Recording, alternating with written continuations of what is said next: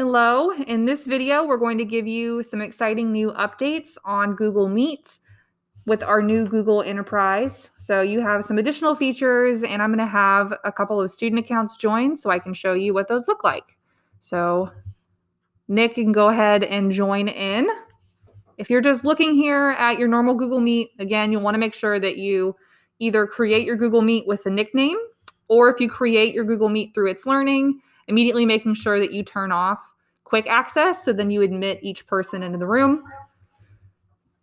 And they're in. All right. I'm going to turn my sound off so you don't hear me twice. And the thing to know here is that all of your other features that were added to Google Meet in about October are still there. So your closed captions, your Jamboard, raising your hand. The new features that are available are up here at the top. It's this little puzzle piece looking buttons here, and it's called Activities.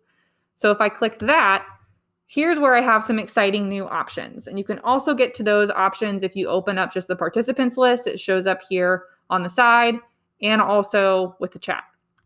So if I click my activities button, I have breakout rooms, polls, and Q&A. So the first thing I'm going to go over here is polls. So what this allows you to do is to build in some in-the-moment questions and surveying tools for your students. You don't have to have these prepared ahead of time. You can make these on the fly while you're in a Google Meet. So I set up my question here.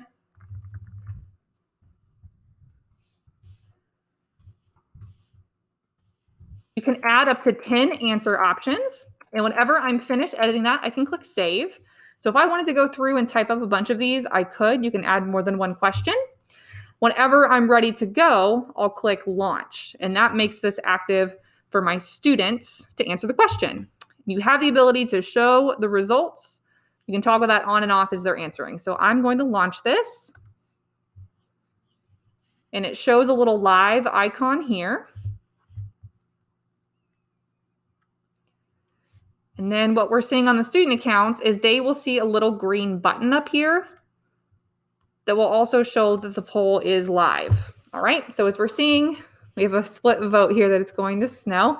It will tell you the number that each vote got, and then you can click this over to show everyone else the results so the students can see the results as well. This will stay active until you end it. So you'll want to give your students some time to go through and answer that. Whenever I'm finished with this poll, I can end it, I can delete this question, and repeat that whole process if I want to add more along the way. So that would be a really helpful feature if you're wanting to build in some formative assessment questions and check students' understanding as you go through a Google Meet.